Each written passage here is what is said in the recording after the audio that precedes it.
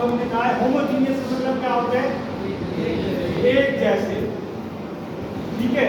यानी कि आप उनके किसी हिस्से में से कहीं से भी दबाव उठा लें, कहीं से भी उनका पोर्शन निकाल लें, उसकी मिकदार और तमाम पोर्शंस की मिकदार क्या होगी, मिकदार जो है वो सेम होगी, बराबर होगी, तब्दील नहीं होगी, ठीक है। इसको हम क्या कहते हैं, होमोजीनियस, यानी एक जैसे।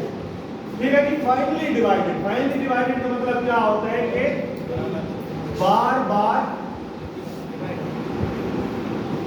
पीसना, ताकि जो है वो इंतहाई बारीक ज़र्रात में, मुमकिना बारीक ज़र्रात में तब्दील करना,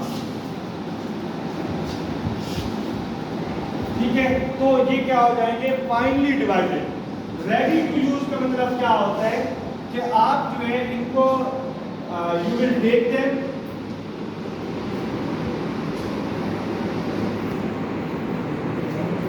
एंड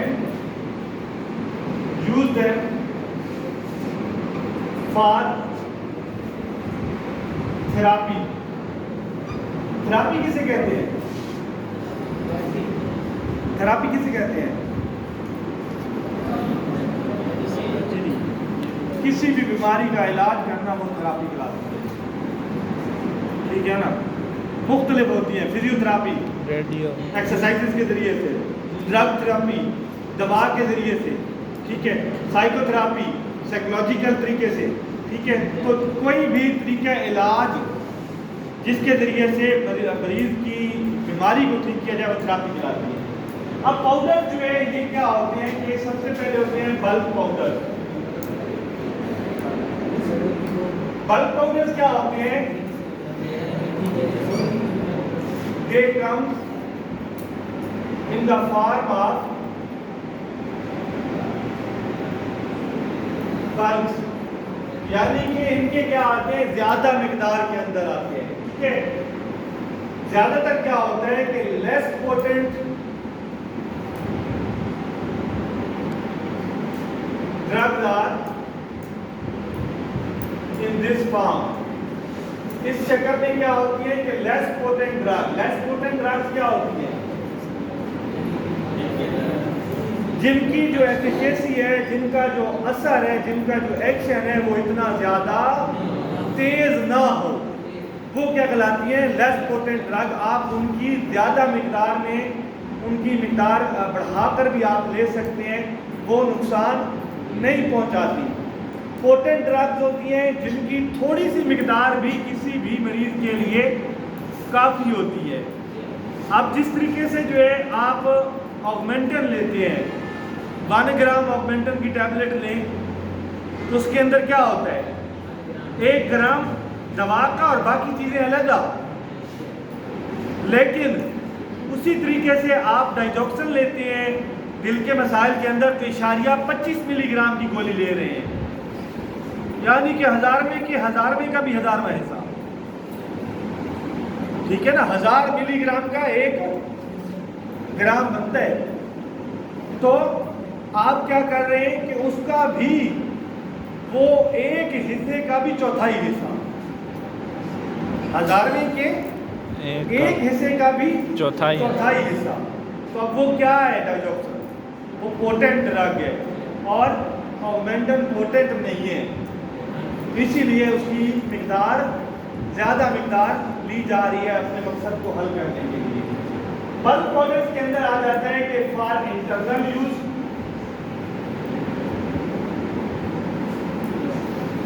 और for external use. Internal use के लिए क्या है कि आपके जो है लैक्सेटिव्स और एंटीसेप्ट जो है ये आती है इंटरनल यूज के लिए। ये किसके अंदर आते हैं, एक वाइड माउथ कंटेनर के अंदर आते हैं,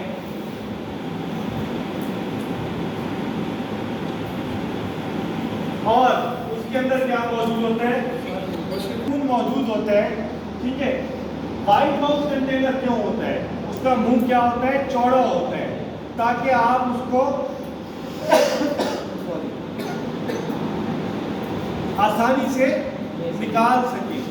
तो जो आपके लैक्सेटिव और एंटासिड्स है ये जो है इसके अंदर आते हैं, वाइट माउथ कंटेनर के अंदर आते हैं और ये इंटरनल यूज के लिए इस्तेमाल होते हैं। लैक्सेटिव क्या होते हैं? इनको हम उर्दू में कहते हैं कब्ज कुशा। Any drug or substance that is used to relieve the patient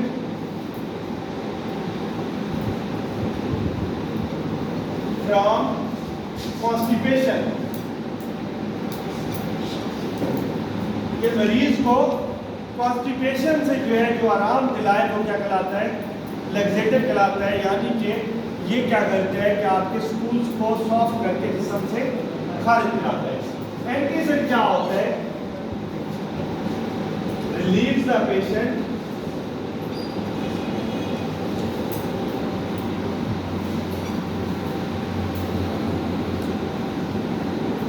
from heart Burns. सीने की जो जलन होती है मैदे के अंदर तेजाबियत की वजह से उसको हार्ट बर्न्स कहते हैं। तो उसको हार्ट बर्न्स को आराम देने के लिए हम क्या यूज करते हैं? एंटासिड यूज करते हैं। फिर है इंटरनल यूज। इंटरनल यूज क्या होता है? External use sorry external use क्या होता है कि आप जो है इन पाउडर्स को बैरूनी तौर पर यानी कि टॉपिकली का मतलब क्या होता है? जिस्म के बाहर जिल्द पर आप इस्तेमाल करते हैं। एक्सटर्नल यूज क्या होता है? ना आपने बजरिया टीका देने, ना आपने बजरिया मुंह देने, ना आपने बजरिया नाक देना, ना बजरिया कान, ना बजरिया आंख, ना बजरिया रेक्टम, कोई भी रूट नहीं इस्तेमाल करना अंदर ले जाने के लिए। आपने क्या करना है? उसको बैरूनी तौर पर इस्तेमाल करना है। इसकी एग्जांपल क्या होती है? Dusting powder.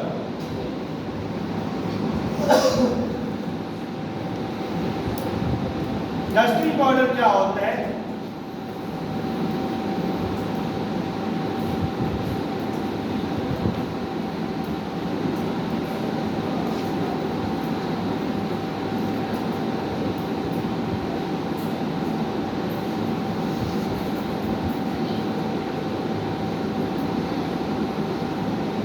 Clean the leaky bruises, cuts and wounds.